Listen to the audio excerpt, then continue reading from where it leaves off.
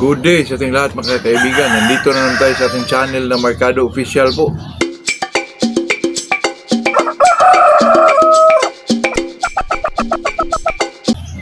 Bago tayo mag-umpisa mga kaibigan, ay shout out muna tayo kay Manny Visayas, sa Berks TV, sa Trupang Ugakon,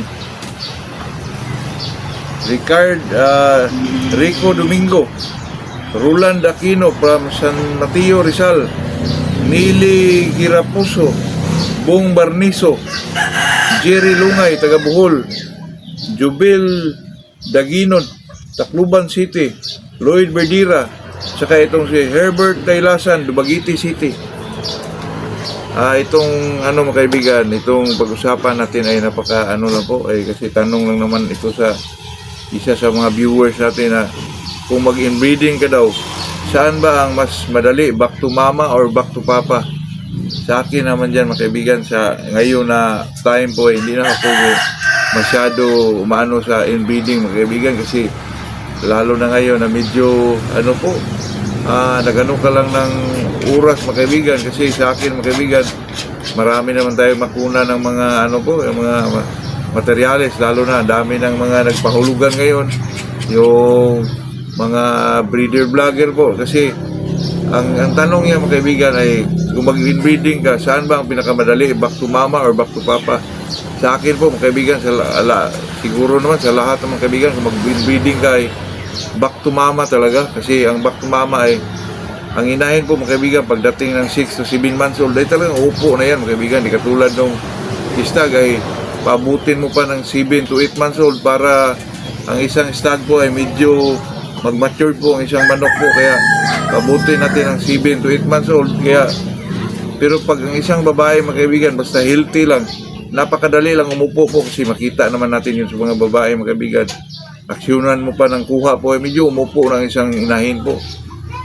Kaya sa akin mga kaibigan, mas kampante pa po na back to mama, kasi mas madali lang siyang magbilang ka lang ng 7 months ay talaga umupo na yung isang inahin po.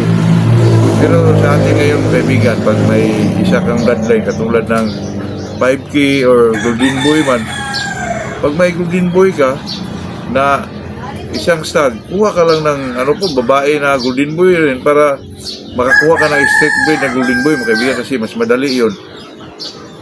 Kasi ang naman ngayon mga kaibigan, pag mayroon namang mga breeder vlogger katulad ko na pagbinta ng mga inahin 5,000 lang or 2,500 lang, napakamura lang po. Kaya sa atin, isang balik lang, mag-3-port ka na, kuha ka ng isang stag mga kaibigan na 5K lang, kahit 2-week cross mga kaibigan ay makapapuro ka na po, kasi alam mo naman na dun, hindi ka lang kukuha sa mga big time farm, kasi sa big time po ay nagre-range po ang presyo nila ng 35,000, 40,000, kaya medyo mahal po. Pero sa mga breeder vlogger na katulad ko na nagpahulugan din, makuha mo lang yan ng 5K po, 5K, mayroong 2,500. Kung street breed naman na lalaki, 10,000 lang po. Pero depende sa isang breeder vlogger mga kaibigan. Katulad nila sa buong Pinas ay nag-range pa rin yun ng 20K.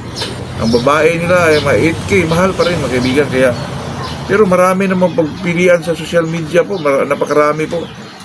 Naghanap ka lang sa yung mga breeder vlogger na medyo mura kung magbinta, talaga makakuha ka mga kaibigan. Pero ang advice ko rin dyan mga kaibigan, na pag may street Golden Boy ka or street 5K ka, kuha ka lang ng babae po para medyo makakuha ka ng medyo puro. At saka balik mo lang ng isang bisis, tapos kuha ka ulit ng isang inahin babae sa isang breeder vlogger din, para medyo makamura ka po. Ayun lang ang ating ito naman sa atin ay hindi advice po, depende na lang mga kaibigan, depende na lang sa iyo kung saan ka kampante po. Kasi sa atin dito ay yung mga sinasabi natin ay talagang yung ating ginagawa lang po, kasi ito naman kasing manok mga kaibigan sa nowadays po medyo mahal na talaga. Katulad ng sa minute ago na pag kumukuha ka ng mga big time farm, nagre-range ang presyo dyan mga kaibigan sa 40,000, 35,000, hindi ka na talaga makakuha ng 10,000 po. Sa akin lang siguro mga kaibigan, kasi tayo naman ay mga gilid-gilid boys lang, medyo walang pira ba mga kaibigan, na makakuha din ay yung mga yung mga Yung mga ano lang mga kaibigan, yung mga backyard lang talaga. At saka sa atin mga kaibigan ay, kung sa Bisaya pa mga kaibigan, mga butsukoy ba. Yun lang. Pero, pag ibitaw mo yan mga kaibigan talaga, may mga palo din na hindi ka rin makapagsabi na ito ay magilid-gilid lang. Pero, ito namang manok natin mga kaibigan ay nakuha ko naman yan sa mga medyo malalaking farm. Katulad ng Sarid, nakuha ko yan, Golden Boy po.